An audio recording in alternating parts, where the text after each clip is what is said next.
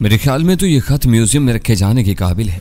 इस सफेद बंदर ने हमारे सामने हड्डी फेंकने की जो नाकाम कोशिश की है, इसका मतलब समझ रहे हो ना तुम्हें सहूलत थी चाहेगी। यानी अगर हम स्टेट में रहना चाहें तो हमें जनाब बादशाह की जानिब से कुछ जागीर शागीर अता फरमाई जाएगी, और अगर हम अपने मुल्क वापस जाना चाहें तो शायद हमें ज़रो जवाहर में तोल कर सब कुछ हमारे हवाले फरमा दिया जाए। लानत 1,01,101 दफा लानत। उसने खस्ता दीवार पर थूका। तो मेरे ख्याल में इस तारीखी खत का जवाब क्या होना चाहिए? मैंने इमरान से पूछा। तुम बताओ। चलो मैं ही बता देता हूँ, बल्कि लिख देता हूँ, मैंने कहा, और इमरान की जेब में से कलम निकाल लिया। बाहर जंगी नारों की गूंज थी, धमाकों का शोर था और गोलियों की ततराहट शायद ये 1857 की ही एक झलक थी। अंग्रेजों और सिक्कों की फौजें दहली के लाल किले को घेरे हुए थीं। एक आखिरी जर्ब लगाने के लिए सफ़े बांध रही थीं और हथियार तोल रही थीं। मैंने तयशुदा खत जेब से निकाला, इसे खोला और उसकी पुष्ट पर लिख दिया। तुम पर लानत है, ये 19वीं नहीं 21वीं सदी है। इस दफा नहीं एंडरसन, इस दफा नहीं। ये फिक्रा लिखने में मुझे इतना मजा आया जो शायद हजारहा अल्फाज पर मुश्तमिल एक ज़ख़ीम किताब लिखने में भी ना आता। मैं सरतापा एक अजीब से इत्मीनान और वलवले से भर गया। मुझे लगा अब जीत या हार, जिंदगी या मौत कोई मानी नहीं रखती। असल फतेह यही है कि अकड़ी हुई गर्दनों वाले इन शैतानों से पूरी तवानाई के साथ लड़ा जाए और आखिरी सांस तक लड़ा जाए। इमरान ने भी मेरे फिक्रे खुश रहा। हमने ये जवाब अंग्रेज एलची और उसके हिंदू साथी के हवाले किया और उन्हें बाहिफाजत वापस भेज दिया। हम दोनों फसील पर पहुंचे। लड़ाई की शिद्दत में इजाफा हो चुका था। एलची के वापस जाने के 10-15 मिनट बाद ही अंग्रेज और मकामी हमला आवरों ने किले पर एक और जोरदार हमला कर दिया। साफ पता चल रहा था कि यह हमला इस जवाब का नतीजा है जो हमने भैंसे के चेहरे वाले गुसीले एंडरसन को दिया है। उसके गुरूर से तनी हुई गर्दन, उसकी नीली आंखों में छुपी हकारत, उसका तंजिया लहजा, सब कुछ मेरे जहन में आया। मुझे वो चार चकोरा ही की तरह काबिल नफरत महसूस हुआ जो ही चाह वो मेरे सामने हो, मैं उसे मार डालूं या वो मुझे मार डाले। सुल्ताना का असल कातिल तो वही था। इस दौरान हमें यह परेशान कुन इतला मिली कि मशरकी जानिब से मद्दे मुकाबल सिपाहियों के 2 दस्ते फसील पर चढ़ाए हैं और वहां जोरदार लड़ाई हो रही है। हमारे लिए यह मुमकिन नहीं था कि फौरी तौर पर अपनी जगह छोड़कर इस जगह तक पहुंच सकते। मुबारक अली अपने बेहतरीन साथियों के साथ वहां मौजूद था और असनाद को यकीन था कि वो आसानी से एंडरसन के हरकारों को आगे नहीं आने देंगे। फसील पर एक बड़ी टेलीस्कोप भी मौजूद थी। ये गोरों से छीनी हुई वही टेलीस्कोप थी जिसमें हमने माला की दादी सास यानी बड़ी माता को धर्मशाला के मीनारे पर पूजा करते देखा था। इमरान ने टेलीस्कोप से आंखें लगा रखी थी और इसे स्टैंड पर इधर उधर हरकत दे रहा था। चंद लम्हे बाद उसने टेलीस्कोप को एक जगह फोकस किया और फिर मुझे इसमें देखने की दावत दी। मैंने टेलीस्कोप से आंखें लगाई। मुझे फसील के इस हिस्से का मंजर दिखाई दिया जहां से हमारे मद्दे मुकाबले ऊपर चढ़ने में कामयाब हो गए थे। यहाँ वाकई जोरदार लड़ाई हो रही थी। गोलियां मींह की तरह बरस रही थीं। लातादाद मशलों और गैस के हंडोलों की रोशनी में मनाजर वाज़े दिखाई दे रहे थे। इसके अलावा फसील पर 2 जगह भड़कती हुई आग ने भी इर्द गिर्द का मंजर को रोशनी फराम कर रखी थी। कुछ नजर आया? इमरान ने पूछा। क्या? चौकोर बुर्जी पर से जो 2 बंदे फायरिंग कर रहे हैं, इनमें एक भरत है। मैंने ध्यान से देखा, वो भरत ही था। उसका गुलाबी धारीदार स्वेटर इतनी दूरी से भी पहचाना जाता था। वो अपने साथियों के साथ इन गोरे सिपाहियों का भरपूर मुकाबला कर रहा था जो फसील पर चढ़ाए थे और अपनी पोजीशनें पक्की कर रहे थे। मैंने कहा, यह बड़ी खतरनाक जगह पर है। या किसी भी वक्त अभी मेरा फिक्रा मुकम्मल नहीं हुआ था कि मैंने भरत को गोली खाकर गिरते देखा।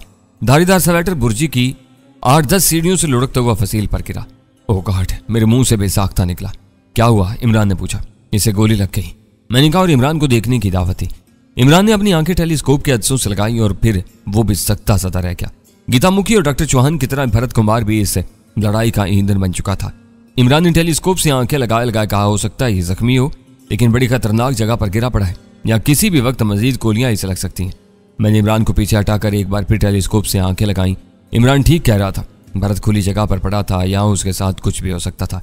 सिचुएशन ऐसी थी कि कोई उसके लिए कुछ भी नहीं कर सकता था। और फिर मैंने एक अजीब मंजर देखा। एक तरफ से एक लड़की झुककर भागती हुई आई और भरत के जिस्म को ढाल फराम करने के लिए उसके ऊपर चाकरी। मैं उसकी शक्ल नहीं देख सका था, लेकिन शक्ल देखे बगैर ही मैं समझ गया कि वो कौन है। यकीन वो चंपी थी, वो जो मोहब्बत करती थी और जो पूजा करती थी। अपने महबूब की तरफ आने वाली मौत अपने जिस्म पर सहने के लिए उसके ऊपर गिरी हुई थी, उसे अपने जिस्म से ढांपे हुए थी। यह वो नीच जात की अदना खात्मा थी जिसका साया भी आला जात के लोगों को भ्रष्ट करता था। लेकिन यह नीच जात कमी कमी लड़की अपनी नकद जान लेकर अपने महबूब की मौत के सामने ढाल बन गई थी। मैंने इमरान को यह मंजर दिखाया, वो भी मबहूत रह गया था। इस जगह इर्द गिर्द यकीनन हमारे सिपाही मौजूद थे, लेकिन वो लड़ाई में इस बुरी तरह इंगेज थे कि चंद लम्हों के लिए भी अपनी जगह नहीं छोड़ सकते थे। और भरत और चंपी मौत के सदमे थे, या यूं कह लें कि एक और प्यार कहानी फरिश्ता अजल के निशाने पर थी। हम बेचैन होने के सिवा और क्या कर सकते थे। तब इमरान चौंका हुआ नजर आया। उसने कुछ देर तक निगाहें टेलीस्कोप के अदसों से चिपकाए रखी, फिर मुझे देखने की दावत थी। मैंने धड़कते दिल के साथ देखा। मंजर कुछ बदला हुआ था। चंपी के साथ एक और लड़की आ गई थी। वो दोनों भरत को मार कर मुर्दा या बेहोश जिस्म को घसीट कर दो तरफ फायरिंग के जद से निकालने की कोशिश कर रही थी। वो झुकी हुई थी और भरत को बाजुओं से घसीट रही थी। मैंने पहचान लिया, यह दूसरी लड़की बड़ी माता की पोती बहू माला थी। मैंने उसे उसके लिबास और बालों से पहचाना। वही रोशन दिमाग लड़की जो एक कट्टर ब्राह्मण घराने की बहू होने के बावजूद अपने सीने में एक खुदास और इंसान दोस्त दिल रखती थी। कड़े पैरे भी जिसकी सोचों को जंजीर नहीं पहना सके थे, और अब वो अपने शौहर समेत इस तहलका खेज मुजाहमत का हिस्सा थी जो हुक्म और एंडरसन के खिलाफ की जा रही थी। दोनों लड़कियां दीवाना वार लगी रहीं और भरत को घसीट कर एक महफूज आड़ में लेगी। क्या बना? इमरान ने अपनी M16 राइफल से नीचे फायर करते हुए कहा। वो उसे ले गई। मैंने जोशीले लहजा में जवाब दिया, जबरदस्त, काश मेरे पास कैमरा होता। एक गोली इमरान के सर के ऐन ऊपर से सीटी बजाती गुजर गई और इसका फिक्रा अधूरा रह गया। हमें कुछ और नीचे झुकना पड़ा। अब फसील के ऊपर से भी फायर आ रहा था, और यह फायर एंडरसन के उन दस्तों की तरफ से था जो मशरकी जाने फसील के ऊपर जगह बनाने में कामयाब हो गए थे। हमारे टेलीस्कोप के ऐन ऊपर से भी मुख्तलिफ कैलिबर की गोलियां सरसराती हुई गुजर रही थी। मौत सामने थी और इसकी हकीकत और दहशत अपनी जगह बिल्कुल खड़ी थी। मैंने दूरबीनी जायजा जारी रखा। भरत का जिस्म खतरनाक रेंज से हटाया जा चुका था। वहां बारिश की तरह गोलियां बरस रही थी। एंडरसन के बावर्दी सिपाही अब कुछ आगे आगे आ गए थे। एक जगह फसील पर उनकी तादाद में इजाफा होता जा रहा था। दफातर मैंने दिफा करने वालों की मुजाहमत में शिद्दत महसूस की। मैंने एक बार फिर नौउमर दलाल को देखा। वो इसी लिबास में था जिसमें हमने 2 रोज पहले उसे फांसी घाट पर देखा था, जिन्हें भरत और अनवर खान समेत कमोबेश 15 अफराद को दर्दनाक तरीके से उसूली चढ़ाया जाने वाला था। तलाल और उसके नडर दोस्त तो काबू की तरह हुक्म के सिपाहियों पर चपटे थे, और उनकी खूनरेज झपट ने हजारों के मुर्दा हजूम को जिंदा कर दिया था। सुल्ताना का ये चहेता राजपूत भांजा आज फिर इसी दलेरी और वलवले के साथ नमूदार हुआ था। उसके दाएं बाएं यकीनन उसकी बरादरी के जानिसार साथी थे। उनके राइफलों पर संगीनें चढ़ी हुई थी। मैं सिर्फ देख सकता था, मुझे सुनाई कुछ नहीं दे रहा था। वो लोग अपनी जगह से निकले और नारे बुलंद करते हुए मुखालिफ पोजीशनों की तरफ छोड़े। खुमसान की लड़ाई में यह बड़ा जारहाना अंदाज समझा जाता है। अस्करी जुबान में इसे चार्ज करना कहते हैं, और इसमें हमलावरों की हलाकत तो होती ही है, लेकिन दुश्मन पर धाक बैठ जाती है। यहाँ भी हमलावरों को गोलियां लगी और वो गिरे भी, मगर वो आदन फान गोरों और उनके साथियों को पोजीशनों तक पहुंचने में कामयाब हो गए। यहाँ दस्त बदस्त लड़ाई शुरू हुई। दस्ती बमों के धमाकों से हर तरफ धुआं फैल गया। मेरी नजर का रास्ता मसदूद हो गया। मैंने कहा, इमरान, वहां बहुत सख्त झड़प हो रही है, हमें वहां मदद पहुंचानी चाहिए। तकरीबन 4 मिनट बाद हमने दोबारा टेलीस्कोप में से देखा। अब फसील के उस हिस्से से गहरा धुआं छट गया था और सूरत हाल की थोड़ी बहुत झलक नजर आ रही थी। यूं लगा कि तलाल और उसके साथियों ऊपर चढ़ आने वाले दस्तों को काफी हद तक पीछे धकेलने में कामयाब हो गए। यकीनन पीछे हटने और पसपा होने वालों में से बहुत से नीचे भी गिरे होंगे। जोरदार फायरिंग अब भी जारी थी। अंदाजा होता था कि तलाल और उसके साथियों ने अब काफी आगे जाकर पोजीशनें ले ली हैं। इसे इत्मीनान बख्श सूरत हाल कहा जा सकता था, ताहम ये इत्मीनान तादेर बरकरार नहीं रहा। बहुत जल्द फिर से फसील के उस हिस्से पर गोरे और मकामी सिपाहियों का इस्तेमाल हो गया। दबाव बढ़ता जा रहा था। इमरान ने हसनात से कहा, मेरा ख्याल है हमें वहां पहुंचना चाहिए। वहां अपनी तादाद में भी इजाफा करना होगा। वहां पहुंचना ही तो मुश्किल है जी, मुझे उसके पहले रास्ता बनाना पड़ेगा। तो फिर बनाओ रास्ता, ये जरूरी है, मैंने कहा। हसनात अहमद ने इस बात में सर हिलाया और मेरी हदायत पर अमल करने के लिए फसील के उस हिस्से की तरफ चला गया जहां एमुनेशन में आग लगने की वजह से मुसलसल शोले भड़क रहे थे और रास्ता मसदूद होकर रह गया था। दिल में बार बार ख्याल आ रहा था कि कहीं हमने गलत फैसला तो नहीं कर लिया, कहीं हमें एंडरसन की पेशकश पर मजीद गौर कर लेना चाहिए था। किले की हिफाजत कब तक की जा सकेगी, और अगर एंडरसन और हुक्म के दस्ते किले में घुसने में कामयाब हो गए तो फिर क्या सूरत हाल होगी। या कासमिया की बेशुमार औरतें और बच्चे मौजूद थे। फतेह और शराब के नशे में चूर सिपाही, खास तौर से हिंदू सिपाही, कुछ भी कर सकते थे। यही वक्त था जब मैंने बुलंद फसील के किंगरों के ऊपर से दूर तारीकी में नजर दौड़ाई। एकदम यूं लगा जैसे मेरे जिस्म का सारा लहू मेरी बसारत में सिमट आया हुआ। बदन पर चूंटियां सी रिंग गईं। जरगां की टिमटिमाती रोशनियों से बहुत आगे गहरी तीरगी में मुझे एक रोशन लकीर से नजर आई। यह लकीर यहाँ पहले नहीं थी। ये क्या था? मैंने लरसते हाथ उसे आईनी स्टैंड पर वजनी टेलीस्कोप को घुमाया और उसे इस रोशन लकीर पर फोकस करने की कोशिश की जो शुमारी उफक पर नमूदार हुई थी। थोड़ी सी कोशिश के बाद मैं कामयाब हो गया। मेरे रोंगटे खड़े हो गए। ये हजारों मछलियां थीं जो तेज रफ्तारी से जरगाह की तरफ बढ़ रही थी। ये वो कुमक थी जिसका इंतजार करते करते जरगाह के बासियों ने कई बरस गुजार दिए थे। ये नलपानी की सरबकफ फौज थी और उसकी क़यादत यकीनन मुराद शाह और छोटे सरकार कर रहे थे। मैंने कहीं पढ़ा था कि जब मुसीबत में घिरे हुए शख्स को अपने दोस्तों की पुकार सुनाई देती है और वो कहते हैं कि हिम्मत न हारो, हम आ रहे हैं, तो इस शख्स के अंदर से ही इतनी तवानाई पैदा हो जाती है कि इसकी मुसीबत के पांव उखड़ जाते हैं। मैंने इस कैफियत को दिल की गहराइयों से महसूस किया और ये एक यादगार कैफियत थी। मैं लरसा आवाज में इमरान से कहा, इमरान वो आ गए। कौन? उसने फायर करते हुए कहा। खुद देखो। मैंने उसे टेलीस्कोप की तरफ बुलाया। उसने मैगजीन के आखिरी 2 फायर किए और झुक कर टेलीस्कोप की तरफ आया। उसने देखा और वो भी मबहूत रह गया। जबरदस्त। उसके मुंह से बेसाख्ता निकला। मैंने कहा, यह बहुत बड़ी तादाद में है और अभी कुछ फासले पर है। हम बुलंदी पर होने की वजह से इन्हें देख रहे हैं। कुछ देर बाद इमरान ने टेलीस्कोप से निगाह हटाई और जज्बाती लहजे में बोला, मैंने कहा था ना ताबी, वो जरूर आएंगे। उन्हें हरकत में लाने के लिए जिस डंके की जरूरत थी वो डंका हमने यहां बचा दिया था। डंके के बगैर कुछ नहीं होता ताबी। इससे आगे का हवाल तफसीलात से बयान किया जाए तो इसके लिए बहुत सा टाइम दरकार होगा। वो एक खून रेज लड़ाई थी। गालिबन एंडरसन के दस्तों को हरगिज तवक्का नहीं थी कि वो जब फतेह के करीब पहुंच चुके होंगे अचानक इन पर अकब से यलगार हो जाएगी। दरहकीकत छोटे सरकार, अजीत राय और मुराद शाह बिल्कुल दुरुस्त वक्त पर पहुंचे थे। वो कमोबेश 4000 सिपाहियों के साथ एक सैलाब की तरह जरगाह में दाखिल हुए और बिला तवक्कुफ एंडरसन के दस्तों पर जा पड़े। खुमसान का रन पड़ा। किले के अंदर से हमारी जंगजुओं ने भी जोरदार हमला किया। अनवर खान बालाई मंजिल की खिड़की से ये सारा नक्शा देख रहा था। कुछ देर बाद उसने राय दी कि अब किले के दरवाजे खोल दिए जाएं और बाहर निकलकर गोरों पर हल्ला बोल दिया जाए। अनवर खान का यह पैगाम मेरे जरिए हसनात और मुबारक अली वगैरह तक पहुंचा। फिर 4-5 मिनट के अंदर अंदर किले में मौजूद हजारों पुरजोश सिपाही बाहर निकल गए। किले के 2 दरवाजे खोल दिए गए। हसनात मुबारक और दूसरे कमानदारों की क़यादत में मुसलमान सिपाही और जंगजू बलाए नागहानी की तरह एंडरसन के दस्तों पर जा पड़े। एंडरसन की फौज बिलाशुबा जबरदस्त तरबियत याफ्ता थी। इनके पास बेहतरीन असलहा भी मौजूद था, मगर जब वो 2 तरफा हमले की जद में आई तो इस कंदम की तरह पिस गई जो चक्की के पार्टों के दरमियान आती है। इस लड़ाई में हमने ज्यादा हिस्सा नहीं लिया, हमें जरूरत ही नहीं थी। दरहकीकत हम अपने करने वाला काम कर चुके थे। हमने हसनात मुबारक अली और तलाल जैसे जानिसारों के साथ मिलकर वो तबल बजा दिया था जिसकी गूंज पूरे भांडियल स्टेट में फैली थी। मुर्दा समातें जिंदा हुई थी और लोगों ने बदमस्त फरमान रवाओं के लिए इस यौम को यौम हिसाब बना दिया था। असल और फैसला कुन लड़ाई करीबन 1 घंटा ही जारी रह सकी। इसमें खासा जानी नुकसान भी हुआ। जाहिर है कि ज्यादा नुकसान एंडरसन और हुक्म के वफादारों का था। किले के सामने और कासमिया के गली कोचों में हर तरफ गोरे और मकामी सिपाहियों की लाशें बिखरी नजर आ रही थी। गोरे सिपाहियों और अफसरों की लाशें नफरत और इंतकाम का निशाना बनी। इन्हें ताराज किया गया और घसीटा गया। सैकड़ों जख्मी हुए और लातादाद अफराद को गिरफ्तार कर लिया गया। अब मुसल्ला सिपाहियों और आम लोगों ने खुद को 2 हिस्सों में तकसीम कर लिया। एक हिस्सा मुराद शाह और हसनात वगैरह की क़यादत में भगोड़े फौजियों के ताक़ुब में रवाना हुआ। दूसरा जरगाह के अजीम शान राजभवन की तरफ बढ़ने लगा। वही राजभवन जो दौर कदीम के शाही महल्लात से कहीं ज्यादा शान शौकत, दबदबा और रंगीनी अपने अंदर समेटे हुए था। शराब पानी की तरह बहाई जाती थी। यहाँ परियों के झमघट्टे थे और राय विश्वनाथ उर्फ हुक्म जी राजा इंदर की तरह यहाँ दादे ऐश देता था। इस राजा इंदर के हवाले वही जॉर्ज गोरा, सर्जन स्टील, एंडरसन और मैनयार्ड जैसे लोग थे। मैं और इमरान भी इस नाराजन हजूम का हिस्सा थे जो राजभवन की तरफ बढ़ रहा था। राजभवन के सामने पहुंचकर मुसल्ला दस्ते और आम लोग चारों तरफ फैल गए। इन्होंने राजभवन को घेर लिया था।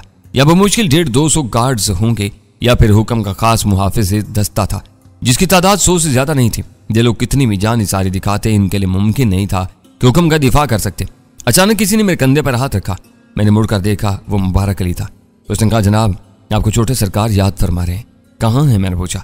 5 जीप में बैठे हैं, मुबारक अली ने बताया। मैं और इमरान लोगों के दरमियान से रास्ता बनाते हुए उस गर्दालूद लैंड क्रूजर के पास पहुंचे जिस पर एक बड़ा झंडा लहरा रहा था और मुसल्ला गार्ड्स ने जिसे अपने घेरे में ले रखा था।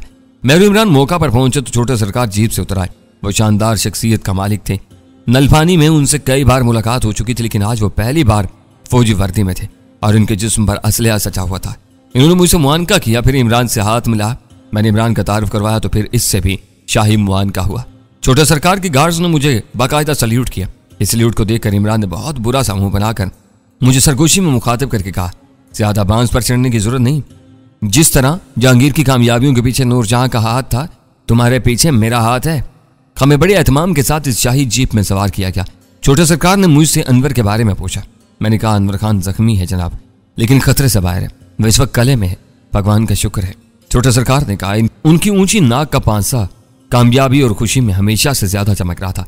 उन्होंने मेरे हाथ पर अपना हाथ रखा और बोले, हम जानते हैं इस समय यहां तुम्हारी हैसियत कमानदार की है, लोग तुम्हारे इशारों पर चल रहे हैं, बल्कि शायद तुम दोनों के इशारों पर चल रहे हैं। छोटे सरकार ने आखिरी अल्फाज इमरान की तरफ देकर कहे, जी हाँ, मैंने कहा, यहाँ जो कुछ हुआ है और जो कुछ हो रहा है इसमें इमरान का भरपूर किरदार अदा है। हाँ, हमें बहुत सी जानकारियां मिली है। बहरहाल इन तफसीली बातों के लिए वक्त चाहिए। अब हमने तुम्हें एक खास बात करने के लिए बुलाया है। जी फरमाइए। लोग राजभवन में दाखिल होने वाले हैं। हम चाहते हैं कि सिर्फ खास लोगन ही अंदर दाखिल हों, और अगर भाई साहब वाकई अंदर मौजूद हैं तो इनको जिंदा गिरफ्तार किया जाए और इनके साथ कोई बुरा बर्ताव ना हो। मैंने चौंक कर छोटे सरकार अजीत राय की तरफ देखा। बड़े भाई हुक्म की तरफ से छोटे भाई पर क्या जुल्म रवा नहीं रखा गया था, ना इंसाफी और नफरत की हद कर दी गई थी, लेकिन इसके दिल में फिर भी किसी न किसी दर्जे में भाई का एहतराम मौजूद था। ये छोटे भाई के बड़ेपन की निशानी थी। मैंने कहा, आप जो हुक्म करेंगे वैसा ही होगा छोटे सरकार। अब आप आ गए हैं, अब मैं इमरान या अनवर खान कुछ नहीं है, अब जो कुछ है आप हैं। छोटे सरकार ने मेरा कंधा थपका। कुछ देर बाद मैं राजभवन के अजीम उशान महाराबी दरवाजे के सामने एक जीप की छत पर मौजूद था। मेरे हाथों में एक लाउड स्पीकर था। मैंने बाआवाज बुलंद ऐलान किया कि छोटे सरकार के हुक्म के मुताबिक सब लोग राजभवन के सामने से हटकर कम से कम 200 गज पीछे चले जाएं। राजभवन का सिर्फ एक दरवाजा खोला जाएगा और इस दरवाजे में से सिर्फ एक फौजी दस्ता अंदर दाखिल होगा, जिसकी कमान मैं खुद करूंगा। मैंने ऐलान 2-3 बार दोहराया। लोग पीछे हटने लगे और फिर माकूल हद तक पीछे चले गए। मैं, इमरान और मुबारक अली कमांडोज की 3 टोलियों के साथ अंदर दाखिल हुए। हमने मेगाफोन्स पर बार बार वार्निंग दी कि राजभवन को चारों तरफ से घेरा जा चुका है और किसी तरह की मुजामत बेकार है, लिहाजा अंदर मौजूद गार्ड्स फायर न करें, खुद को हमारे हवाले कर दें। हुक्म से भी कहा गया कि वो बाहर निकल आए और अपनी गिरफ्तारी पेश करते। दूसरी तरफ से कोई जवाब नहीं आ रहा था। हम राजभवन के वसीउ अरीज अहाते से गुजरकर उस शानदार शाही बालकोनी के सामने पहुंचे जहां चंद हफ्ते पहले हुक्म की चहेती बीवी रत्ना देवी के हम बच्चे की विलादत की खुशी मनाई गई थी और हुक्म ने मुठ्ठियां भर भर कर नीचे खड़े लोगों पर सोना चांदी निछावर किया था। ये बालकोनी सुनसान पड़ी थी, मगर बिल्कुल सुनसान भी नहीं थी। यहाँ शाही गार्ड्स की पोजीशनें मौजूद थी। उन्होंने फायरिंग शुरू कर दी। हमारी तरफ से भरपूर जवाब दिया गया। 2-3 मिनट के अंदर बालकोनी खामोश हो गई और आग भड़क उठी। हम राजभवन के अंदरूनी हिस्से में दाखिल हो गए। मुजाम गार्ड्स को शूट कर दिया गया। बाकी की पकड़ धकड़ शुरू होगी। दर्जनों मुलाजमाओं, ख्वाजासराओं और खूबसूरत लड़कियों ने महल के अंदरूनी हिस्सों से निकलकर खुद को हमारी हिफाजत में दिया। मर्द खादमों की तादाद 150 के लगभग थी। हुक्म और उसकी बीवी रत्ना का कहीं पता नहीं चल रहा था। एक कमरे में पहुंचकर हम सख्ता ज़दा रह गए। कालीन पर खवातीन और बच्चों की कमोबेश 20 लाशें थीं। इन लोगों पर अंधाधुंध मशीन गन के ब्रस्ट आए गए थे। खिड़कियों के शीशे चिकनाचूर थे। दीवारों और फर्नीचर वगैरह पर गोलियों के अनगिनत निशान दिखाई दे रहे थे। मरने वाले बच्चों की उम्रें तकरीबन 15 और 2-3 साल के दरमियान थी। मुबारक अली ने कहा, यह हुक्म के अहले खाना है जी, ये इनकी तीनों रानियां हैं। ये बच्चों की बड़ी फूफी है, ये शायद छोटी है। मुबारक बता रहा था और हम खड़े थे। राया की इज्जत और आबरू को खिलौना समझने वाले लोग अपनी आन और इज्जत के हवाले से कितने हिसास होते हैं। जब योम हिसाब आता है और इन्हें अंदेशा महसूस होता है कि इनके अमल की वजह से इनकी अपनी इज्जत पर हर्फ आएगा, तो वो खुद से वाबस्ता खवातीन और दीगर लोगों को बेदर्दी से मौत के मुंह में धकेल देती हैं। मुबारक अली और 2 दीगर अफसर उलट पलट कर खूंचका लाशों को देख रहे थे। मैंने कोने में पड़ी इकट्ठी 4 लाशों को देखकर बताया, ये उस आखिरी जश्न वाले हैं। लगता है हुक्म जिन्हें इनको अपने पास रखा हुआ था। खूबसूरत लड़कियां, नौतमीदा कलियों जैसे चेहरे, खुश गोल, खुश अंदाम। इन्हें हुक्म और इसके आवारियों की रातों को रंगीन करने के लिए सख्त तरीन आजमाइशों से गुजारा गया था। न जाने ये किन किन आंगनों से यहां लाई गई थी। ये किन की आंखों का नूर थी। इनकी उम्र मरने की नहीं थी, लेकिन वो मुर्दा पड़ी थी। फिरौन की तरह हुक्म ने अपनी इन जवान साल कनीजों को अपने अंजाम के मकबरे में जिंदा दफन करके अपनी रस्म निभाई थी। इनमें रत्ना देवी भी है। मैंने मुबारक से पूछा, ना ही जी, वो कहीं नजर नहीं आ रही। इमरान ने कहा, मेरा अंदाजा है कि इन लोगों को आध पौन घंटा पहले मारा गया है। मुबारक के साथी अफसरों ने उसकी तायद की। हम दीगर कमरों की तरफ बढ़े। दरवाजे तोड़कर हुक्म के पुरशकूब बेडरूम में दाखिल हुए। यह बेडरूम जदीद और कदीम तर्ज आराइश का शानदार नमूना था। जदीद तरीन बिस्तर, कीमती शराबों से भरा हुआ और खुदकार तौर पर घूमने वाला बार, ऑडियो और वीडियो सिस्टम, घोड़ा गाड़ियों और लालटेनों वाले इस शहर में जो कुछ भी था, मगर इस बेडरूम में हर जदीद सहूलत मौजूद थी। इस बेडरूम में पहुंचकर हमें पहली बार यह अंदाजा हुआ कि शायद हुक्म यहां से फरार हो गए। हमारी निगाहें एक भारी भरकम खुफिया सेफ के अध खुले दरवाजे पर पड़ी। वहां अब भी 2-4 मरसा, तिलाई, जेवर और कीमती पत्थर मौजूद थे। पता चल रहा था कि हुक्म ने इस सेफ का कीमती साजो सामान अफरा तफरी में निकाला है और अपने साथ लेके आए। हमारे साथ आने वाले करीबन 150 मुसल्ला कमांडोज राजभवन में चारों तरफ फैल गए और अहम अफराद की तलाश शुरू हुई। मैं और इमरान कुछ साथियों के हमरा इस वसीउ अरीज इशरत कदे में पहुंचे, जहां 7वीं का जश्न अपने क्लाइमैक्स पर पहुंचा था। वही आबशार जो एक बलौरी तालाब में गिरता था, जिसकी चारों जानिब शानदार नशिस्तें थीं और दिन में भी रात का समा नजर आता था। इस छतकदे की गुंबद नुमा छत तारीक आसमान की शक्ल इख्तियार कर लेती थी और इस पर चांद तारे चमकते दिखाई देते थे। बहरहाल फिल वक्त ये सब कुछ नहीं था। एक अजीब सी उदासी और खामोशी थी जिसने दरो दीवार को घेर रखा था। आबशार बंद थे। वह तालाब जिसमें सुनहरी शराब चमकती थी खाली पड़ा था। पिघले हुए सोने में डूबने उबरने वाली और यह मूर्ति भी बेहिस थी। ये देखो ताबी, इमरान ने मेरी तवज्जो एक गोशे की तरफ चलाई। हम देख कर दंग रह गए। ये दो खूबरू लड़कियां थीं। इनके जिस्म नीले पड़कर अकड़ गए थे, इनके मुंह खुले हुए थे और आंखें पथरा चुकी थी। अंदाजा होता तक वे बिना अजियत झील कर मरी हैं। इन लड़कियों को देखते ही मुबारक बोला, इन बेचारियों को यकीनन दर्द का टीका लगाया गया जी। ये डबल टीका बंदे की जान ले लेवत है। फिर उसने एक लड़की को रिया बाजू पर टीके के 2 ताजा निशान दरियाफ्त कर लिए। लड़कियों की हालत देखकर रूंगटे खड़े हो गए। वो तड़प तड़प कर मरी थी। इनकी एड़ियों से खून रिस रहा था। जानखूनी की बेपनाह अजियत इनके खूबरू चेहरों पर यूं नक्श हो गई थी कि देखने वाली निगाह कांप जाती थी। मुबारक ने कहा, मेरा ख्याल है 2-3 घंटे पहले इन लड़कियों को किसी जुर्म की सजा दी गई है। शायद इन पर मुखबरी वगैरह का शुबा हो। अचानक एक दरवाजा खुला और मैं मैडम सफूरा को अपने सामने देखकर दंग रह गया।